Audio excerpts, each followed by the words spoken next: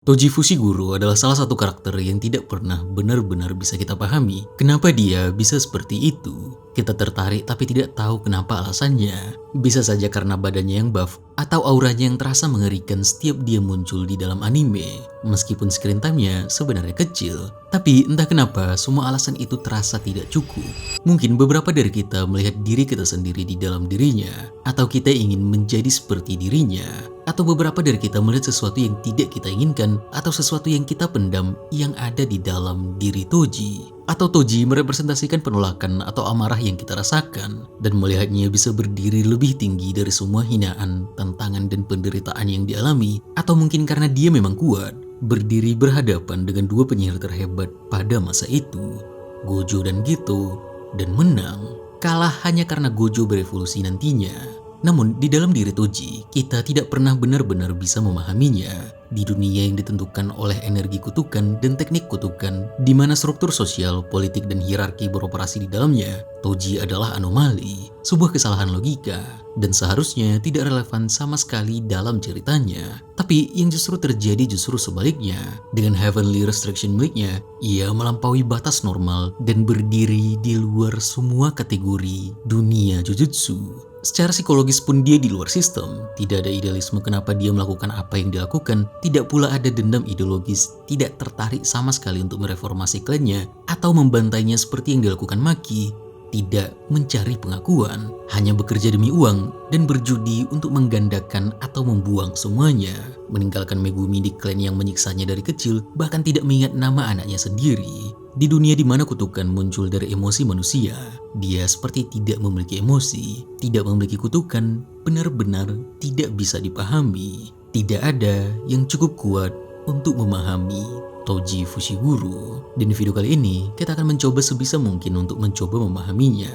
Manusia yang tidak bisa dikategorikan, tidak bisa dinilai, tidak bisa dipahami, yang mengacaukan cara kita memahami kekuatan, identitas, dan nilai dalam cerita Jujutsu Kaisen. Inilah Toji Fushiguro.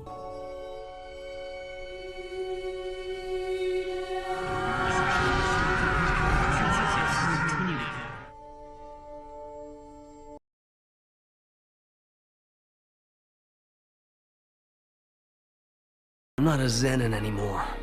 I took my wife's name. It's Fushiguro now. But sure, count me in on all the fun. Pertama kali kita melihat Toji adalah di akhir episode pertama season kedua, di mana ia mengatakan bahwa dia menolak nama Zenin, keluarga Megumi, dan Maki, dan memilih untuk menggunakan nama Fushiguro, nama keluarga istrinya. Toji lahir di klan Zenin, salah satu dari 3 keluarga besar di dunia Jujutsu, bersama klan Gojo dan Kamo, dengan Nobito Zenin sebagai kepala klan sampai ia mati di insiden Shibuya dan menetapkan Megumi sebagai penggantinya. Untuk benar-benar memahami Toji, kita harus paham dengan klan Zenin. Klan ini dari awal kita lihat memiliki nilai-nilai problematik yang lahir dari status bangsawan mereka sebagai klan besar, di mana mereka menempatkan teknik kutukan di atas segalanya dan menolak anggota keluarga sendiri yang tidak memilikinya, terutama Toji sendiri. Meski dia sangat kuat, dia ditolak karena tidak memiliki energi kutukan. Ini juga dialami oleh Maki Zenin yang meninggalkan klannya untuk menjadi penyihir sebagai bentuk perlawanan. Namun, Maki tetap terhambat karena saudari kembarnya Mai tidak menginginkannya. Megumi sendiri dibayar klan ini dari Toji dengan besar karena Ten Shadows teknik yang dimiliki selama turun-temurun sangat dihormati. Kita tidak pernah benar-benar mendapat gambaran rinci masa kecil Toji di klan Zenin, tapi kita bisa menyusun dari semua dialog dan konteks struktural dari klan ini bahwa Toji lahir tanpa energi kutukan sama sekali, yang dalam sistem nilai Zenin, dia cacat dan sudah jelas berada di posisi sosial terendah dalam keluarganya sendiri. Bahkan dalam mata klan ini, Toji tidak layak disebut manusia. Namun nantinya Toji tumbuh dengan kekuatan fisik yang luar biasa karena heavenly restriction. Namun bahkan dengan itu dia tetap dianggap rendah dan tidak berguna. Dan dari yang kita tahu terjadi ke Maki dengan semua hinaan dan penderitaan yang diberikan Zenin kepadanya, Toji juga merasakannya. Kita melihat seberapa gelap dan menderita watak Toji sekilas ketika Naoya masih kecil, penasaran tentang dirinya.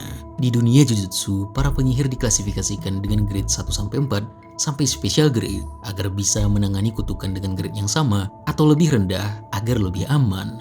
karena jumlah penyihir selalu lebih sedikit dibanding roh kutukan. Dan Toji tidak pernah memiliki grade ini, karena ia bahkan tidak bisa disebut penyihir. Menurut penjelasan Gege Akutami, penulis Jujutsu Kaisen, Toji sejak kecil sudah dijauhkan dari klan Zenin. Toji bahkan kerap dilempar ke ruangan berisi roh kutukan grade 2 yang jelas adalah pembuangan, tempat di mana Toji mendapatkan bekas luka di mulutnya. Toji mampu mengalahkan mereka secara konsisten bahkan sejak usia muda. Kita tahu Toji menyebut dirinya sendiri sebagai monyet, sebutan rasis dari penyihir kepada manusia yang dianggap berada di evolusi lebih rendah. Dan Toji menyebut Gojo dan Geto sebagai yang diberkati. Toji jelas belajar secara psikologis dari kecil, terus-menerus dijelaskan oleh keluarganya dari perkataan maupun tindakan bahwa dia tidak berharga, di mana jauh di dalam dirinya terbangun semacam keinginan untuk membuktikan diri dan membuktikan bahwa mereka semua, klan Zenin, keluarganya, salah. Klan Zenin memperlakukan hal seperti itu adalah karena mereka tidak cukup kuat untuk mengerti Toji. Dirinya yang tidak bisa dibaca dengan sistem penyihir di Jujutsu membuatnya tidak bisa dimengerti bahkan dari awal. Namun, kenapa Toji bisa sangat kuat?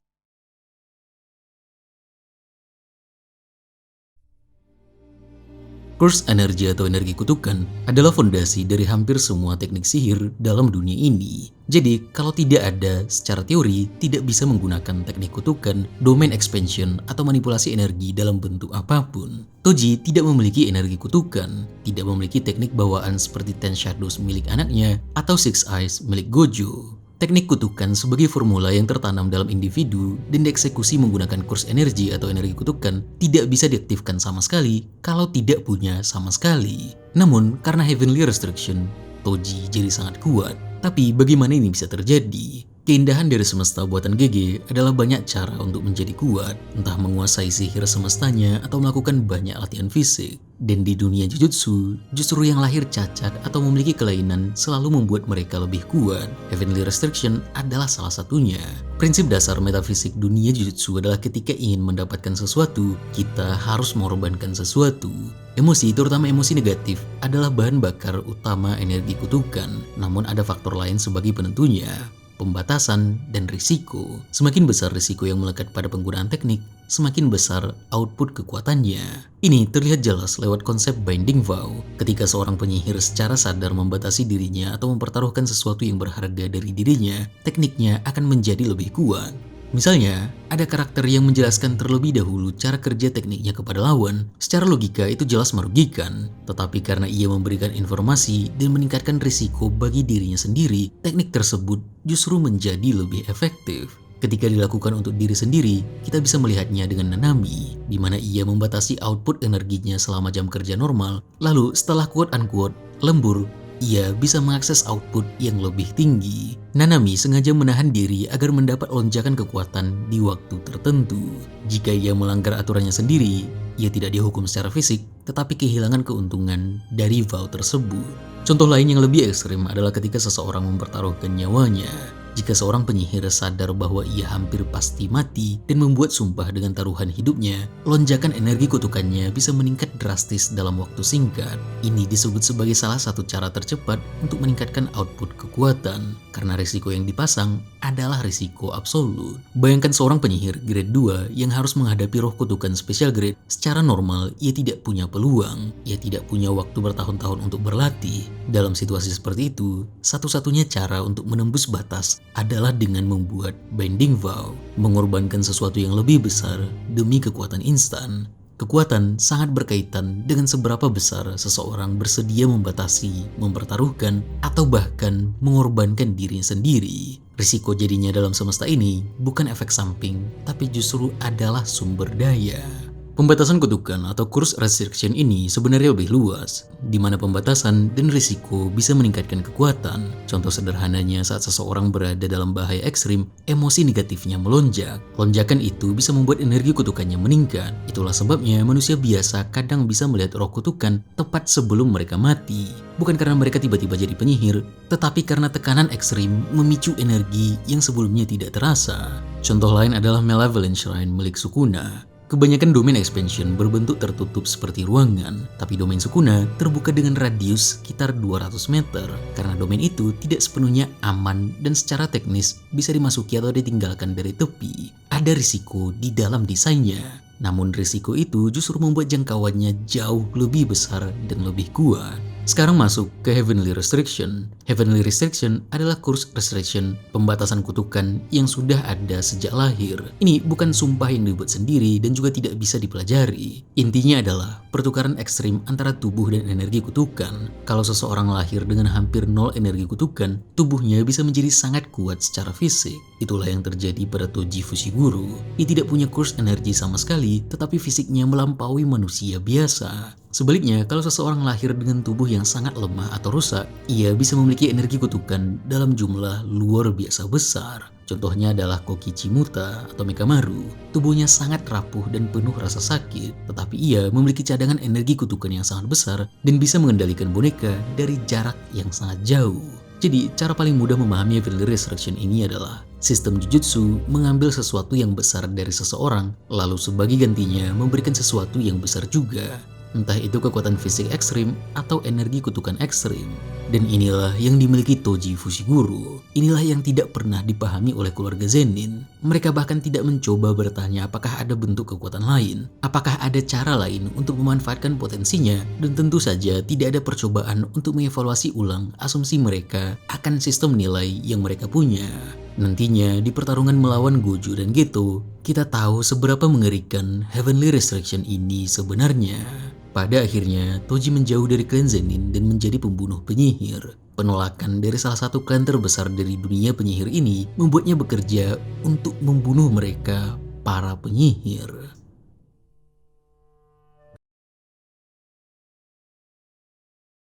Sorcerer Killer atau pembunuh penyihir terdengar sangat keren bagi siapapun yang mendengarnya, dan kita semua tahu bahwa membunuh penyihir itu jauh lebih sulit daripada membunuh manusia biasa karena mereka memiliki teknik kutukan dan domain expansion yang mengerikan. Dan fakta bahwa Toji sudah populer dengan nama ini menunjukkan bahwa dia telah berkali-kali berhasil dalam pekerjaannya. Toji yang tidak memiliki kurs energi sama sekali membuatnya tidak bisa dideteksi oleh penyihir yang biasanya merasakan keberadaan musuhnya dengan kurs energi, yang membuatnya menjadi blind spot. Ini adalah ketidakterbacaan lain karena tidak ada yang sekuat Toji. Secara profesional, ini membuatnya sangat cocok. Dalam arc Hidden Inventory, kita melihat Toji menerima misi pembunuhan Riko Amane melalui pihak ketiga. Ini menunjukkan adanya jaringan broker yang menghubungkan klien dengan eksekutor. Toji tidak berburu target secara acak. Dia menunggu kontrak, menegosiasikan bayaran, lalu mengeksekusi. Ini jelas adalah pola kerja profesional, bukan vigilantes mata. Target Riko juga bukan target biasa. Ia dilindungi oleh dua penyihir elit, Gojo dan Geto, dua penyihir terkuat yang dikenal di masa itu. Itu berarti klien tahu bahwa misi ini hampir mustahil. Fakta bahwa mereka memilih Toji menunjukkan bahwa ia sudah dikenal sebagai spesialis untuk pekerjaan ekstrim. Orang-orang tidak menyewa amatir untuk membunuh seseorang yang dijaga calon penyihir terkuat di generasinya. Tidak ada indikasi memang bahwa Toji membenci penyihir secara filosofis. Dia terlihat melakukan semua ini secara pragmatis, bekerja demi uang, dan menerima kontrak pembunuhan tanpa drama moral, sangat oportunis dan sangat rasional. Tapi meskipun terlihat seperti itu, kita bisa merasakan bahwa yang ia lakukan secara diam-diam adalah mencoba untuk membuktikan kepada seluruh dunianya, dunia penyihir, klan Zenin, bahwa ia cukup dengan membunuh mereka satu persatu. Dengan watak yang Toji kembangkan, seakan-akan hampir semua yang ia lakukan lahir dari dendam dan keinginan membalas perlakuan yang ia terima. Dia ingin membuktikan bahwa meski monyet seperti dirinya tidak pantas dipandang sebagai manusia sebagaimana para penyihir, setidaknya dia lebih kuat dan bernilai lebih dari manusia-manusia superior ini. Dan fakta bahwa dia hidup dalam perjudian dan kehidupan yang benar-benar tidak stabil bisa membuktikan bahwa di dalam dirinya dia memang tidak stabil, dan watak pragmatis oportunis ini seperti semacam coping untuk tidak benar-benar berada dalam kekacauan emosionalnya di dalam. Walaupun populernya, kita percaya bahwa berjudi adalah upaya putus asa kalau kita ingin mendapatkan uang banyak dan mengubah nasib dengan cepat. Tapi jelas, Toji tidak seperti itu. Dia melakukannya sepertinya untuk mencari cara melepaskan diri dari masa lalunya, mencoba untuk melupakan semuanya. Nantinya, walaupun kita tidak tahu pastinya kapan, Toji bertemu dengan istrinya.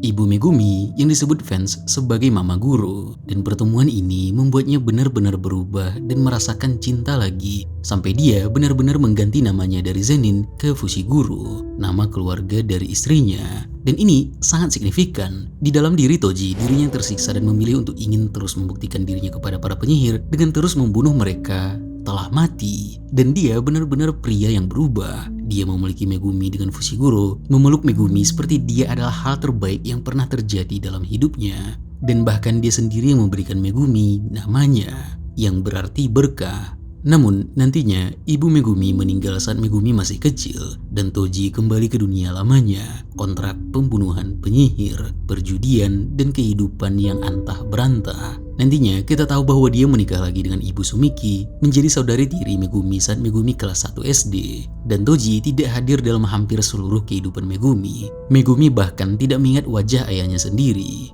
Dan kita tahu bahwa nantinya Ibu Sumiki juga meninggal dan meninggalkan Sumiki dan Megumi sendirian. Pertemuan Toji dengan Fushiguro istrinya benar-benar membangun kelembutan di dalam dirinya. Kita dapat melihat bagaimana perbedaan fisik dan watak Toji sebelum dan setelah bertemu dengannya. Meski dia kembali ke kehidupan lamanya, Toji tetap memiliki semacam tidak seberat, tidak segelap yang kita lihat baru-baru ini di flashbacknya Naoya. Sekarang dia bertarung demi uang. Setidaknya sikap apatis ini bisa melindungi dirinya dari semua pergolakan emosional di dalam dirinya. Dan di masa ini juga kita tahu bahwa dia menjual Megumi kepada klan Zenin, yang sangat perlu untuk dipertanyakan dengan semua masa lalunya yang mengerikan dengan klan itu. Namun sepertinya Toji melakukannya karena dia tahu bahwa Megumi akan tetap dihargai di klan yang sangat menghargai teknik yang dimilikinya, yang merupakan teknik turun-temurun dari klan itu. Dan jelas Megumi akan tumbuh jauh lebih baik daripada dengan dirinya yang hidup antah berantah dengan kembalinya semua ketidakstabilan emosional dan tindakan-tindakan buruknya. Dan di masa ini jugalah kita pertama kali melihatnya, di mana dia diberikan misi untuk membunuh Riko Amanai, bertemu dan bertarung dengan dua penyihir terbaik di masa itu, Gojo Satoru dan Geto Suguru. Dan di sini juga kita melihat untuk pertama kalinya seberapa mengerikan semua kekuatan yang Toji miliki. Walaupun Toji sendiri mengatakan bahwa ini sebenarnya pekerjaan lamanya, yang menunjukkan bahwa seberapa mengerikan pun yang akan kita lihat, Toji pernah lebih mengerikan dari itu sebelumnya.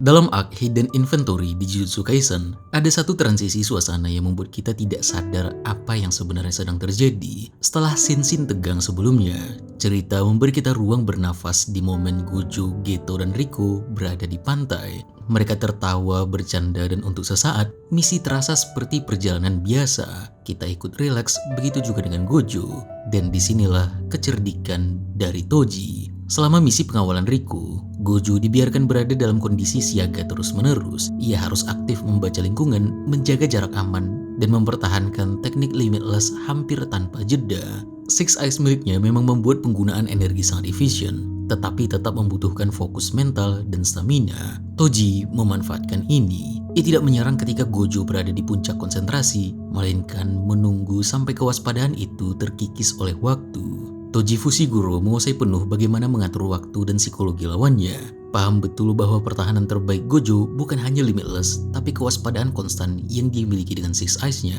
Selama Gojo berada dalam kondisi siaga penuh, peluang untuk menyerang sangat kecil. Toji mempelajari targetnya dengan cermat. Ia jelas tahu Gojo bukan penyihir biasa. Six Eyes memberinya kemampuan membaca dan mengelola kurs energi dengan presisi ekstrim. Limitless membuat tubuhnya hampir tak tersentuh. Kombinasi ini sangat langka dan secara historis menjadikan pemiliknya puncak dunia Jujutsu. Namun, Toji tidak pernah melihatnya sebagai mustahil. Hanya hambatan-hambatan yang bisa dilewati. Toji tidak melawan Satoru Gojo, ia melawan konsep Six Eyes dan Limitless sebagai sistem. Ia membaca mekanismenya, lalu membawa alat dan metode yang secara spesifik dirancang untuk menyediakan mekanisme itu. Six Eyes berarti Gojo bisa membaca aliran kurs energi dengan sangat akurat. Maka solusi dari Toji, hilangkan sinyalnya. Toji sendiri tidak memiliki kurs energi, itu membuatnya hampir tidak terbaca. Ia menjadi semacam titik kosong dalam radar yang dirancang untuk membaca energi. Semuanya muncul dari keunggulan strukturalnya dari Heavenly Restriction. Limitless milik Gojo berarti serangan fisik tidak akan pernah benar-benar menyentuhnya. Maka Toji tidak mencoba menembusnya dengan kekuatan biasa. Ia membawa Inverted Spear of Heaven, Curse Tool yang secara langsung meniadakan teknik kutukan yang disentuhnya. Memang Toji membawa alat kutukan yang mengandung energi kutukan, namun ia tidak membiarkan energi itu terekspos. Ia menyembunyikan senjata-senjata tersebut di dalam Shikigami kecil yang ia telan dan simpan di dalam tubuhnya. Shikigami itu berfungsi sebagai ruang penyimpanan internal, semacam pocket dimension. Energi dari senjata tidak bocor keluar sampai benar-benar dikeluarkan selama belum menyerang. Toji praktis tidak terdeteksi. Dengan kombinasi ini, Toji memaksa Gojo masuk ke mode defensif. Ketika Limitless harus dihentikan atau disesuaikan sesaat karena gangguan dari senjata itu, muncul celah. Toji kemudian menyerang di celah tersebut. Hasilnya adalah sesuatu yang secara naratif hampir mustahil. Gojo tumbang.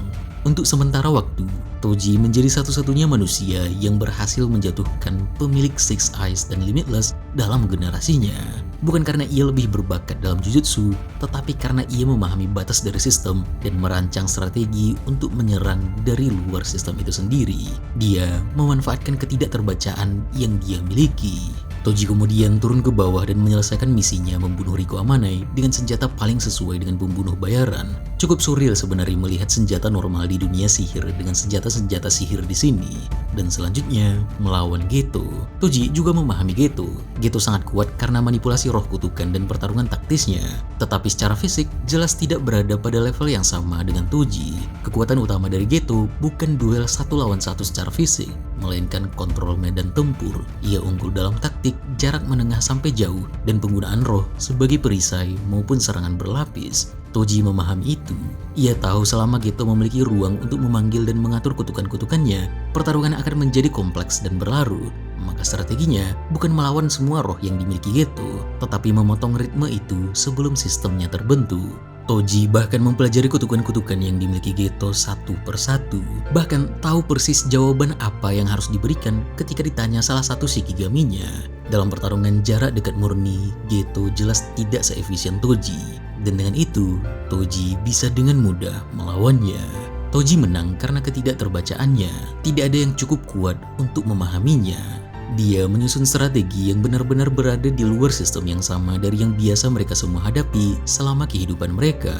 Namun justru setelah kemenangan itu, sisi psikologis Toji mulai terlihat dengan jelas. Ia menyebut dirinya sendiri sebagai monyet dan menyebut Gojo dan Geto sebagai yang diberkati. Di satu sisi, ini memang sindiran, soalnya ia berkata bukankah seharusnya kalian yang menang? Aku hanya seekor monyet tanpa energi kutukan. Tetapi di sisi lain, itu juga menunjukkan bagaimana ia memandang dirinya sendiri. Toji dari awal dibesarkan sebagai kegagalan. Meskipun secara objektif dia luar biasa kuat, struktur nilai yang membentuknya membuatnya tetap merasa tidak diberkati. Dia tidak pernah melihat kemampuannya sebagai anugerah, hanya sebagai kompensasi atas kekurangan yang dia miliki. Kemenangan atas Gojo dan Geto seharusnya menjadi validasi mutlak. Ia baru saja mengalahkan 2 penyihir paling berbakat di generasinya.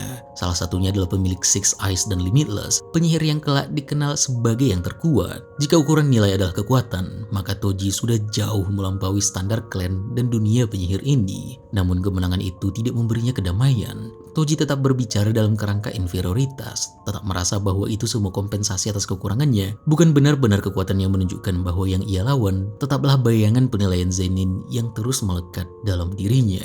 Yang membuat tragedinya lebih tajam adalah kontras antara persepsi dan realitas. Toji mungkin merasa orang lain memandangnya sebagai monyet tanpa energi kutukan. Padahal faktanya, ketika ia muncul kembali, hampir semua orang justru takut padanya. Tidak ada yang meremehkannya. Reputasinya sebagai pembunuh penyihir sudah mapan, dan kita semua yang menonton jelas melihatnya terlalu kuat. Secara paradoksal, bahkan Toji sendiri tidak sekuat dirinya sendiri untuk memahami dirinya sendiri. Di detik ini muncul pertanyaan penting. Mengapa Toji kembali dari pensiun untuk misi ini? Mengapa ia menerima pekerjaan berisiko tinggi yang sebenarnya tidak perlu untuk dirinya? Kemungkinan besar bukan semata karena uang. Uang memang penting baginya, tetapi misi melawan Gojo bukan kontrak biasa. Misi ini mungkin adalah kesempatan untuk menguji dirinya terhadap simbol tertinggi dunia yang pernah merendahkannya. Toji sepertinya memang masih ingin bukti bahwa ia lebih dari apa yang dikatakan oleh klannya, dari apa yang dikatakan oleh dunia penyihir terhadapnya.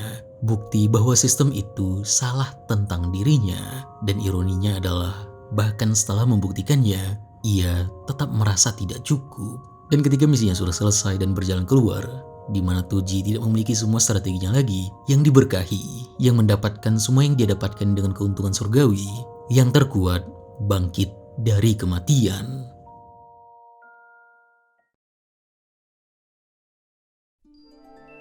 Gojo Satoru kembali dengan reverse course teknik dengan mengalihkan energi negatif dengan energi negatif menghasilkan energi positif, dan ini meregenerasi tubuhnya sepenuhnya.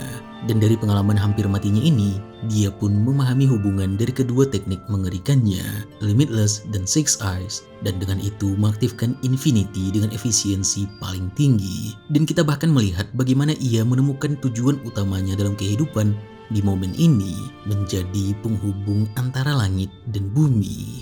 Toji yang melihatnya secara profesional seperti yang ia pikirkan juga, seharusnya pergi atau lari bukan hanya karena tidak ada keuntungan dari melawan Gojo sama sekali di sini. Dia pun tidak memikirkan strategi apapun di sini. Kalau yang Toji inginkan memang hanya uang dan tidak rasa pembuktian sama sekali yang ingin ia capai, Toji tidak akan menerima pertarungan ini. Namun seperti yang kita lihat, dia tetap menerimanya. Sekilas kita bahkan melihat semacam ketakutan dan kekaguman di wajah Toji. Namun setelahnya, dia gembira. Dia gembira dan lapar akan pertarungan seperti biasanya. Namun kali ini melawan teknik Limitless yang telah sepenuhnya terwujud. Benar-benar melawan yang terkuat, Gojo Satoru. Senyum lebar ini adalah pemikiran di mana dia tahu bahwa jika dia bisa mengalahkan manusia dewa di depannya, semua pembuktian apapun yang mungkin untuk dilakukan bahwa dia bernilai pasti tercapai, dan juga secara efektif meruntuhkan seluruh sistem Jujutsu dan mempermalukan klan Zenin dan semua nilai-nilai aneh mereka. Di sini, harga diri, rasa tidak aman, dan keinginan membuktikan diri semuanya tampil sepenuhnya. Kepala dan hatinya saling bertentangan, dan ia membiarkan hatinya mengambil alih. Toji sendiri mengatakan bahwa dia telah menyimpang dari dirinya yang sejati, tetapi bisa saja inilah dirinya yang sejati, dan Toji tidak pernah cukup kuat untuk benar-benar mengerti dirinya. Di dalam dirinya, ia terus-menerus bertarung dan ingin membuktikan kepada dirinya, dan untuk pertama kalinya, ia kalah mengabaikan kegelisahan itu. Kita tahu betul ini perasaan internal dan bukan eksternal karena ia tidak melakukan langkah radikal apapun seperti yang Maki lakukan. Semuanya bertarung di dalam kepalanya sendiri. Dan ini adalah momen untuk membuktikan kepada dirinya sendiri. Ini tindakan yang sangat salah sebenarnya, dia sendiri tahu. Tapi jika kita pikirkan sepanjang hidup dari usia yang sangat muda selalu disebut gagal, diremehkan, diperlakukan seperti sampah, dan dianiaya terus-menerus, pasti ada rasa untuk membuktikan kepada mereka semua kalau diri sendiri jauh lebih kuat dari mereka. Entah itu logis atau tidak, menguntungkan atau tidak peduli. Toji paham betul cara menghadapi Blue dan Red, tapi tidak dengan Hollow Purple. Dan kemudian setengah tubuhnya menghilang.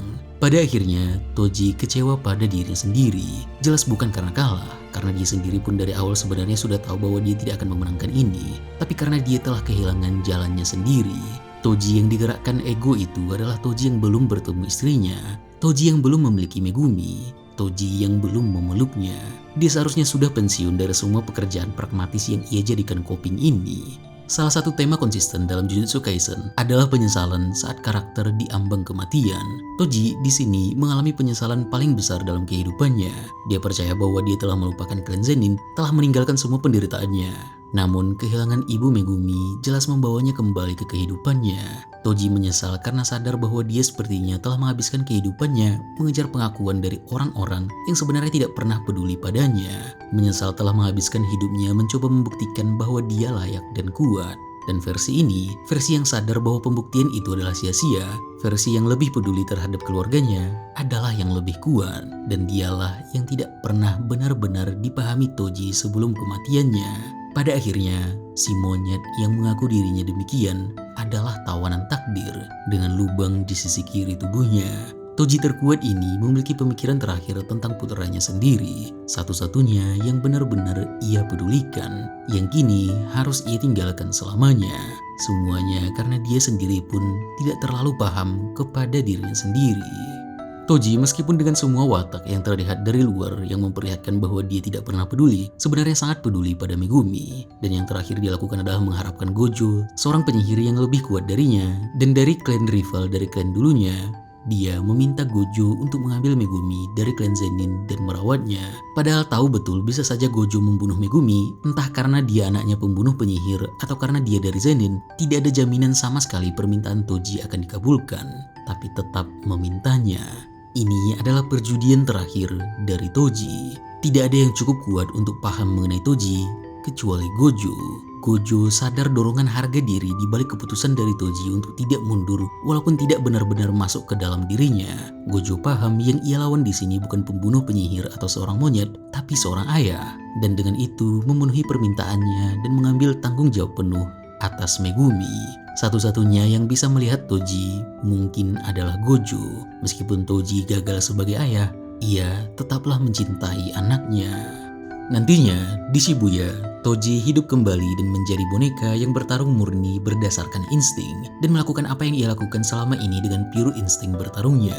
Di arc ini dia bertarung melawan Dagon, kutukan special grade yang sebelumnya membuat 4 penyihir kuat, Megumi, Nanami, Maki, dan Nobito kewalahan. Dan Toji seperti biasa dengan senyum di wajahnya sangat mudah mengalahkannya.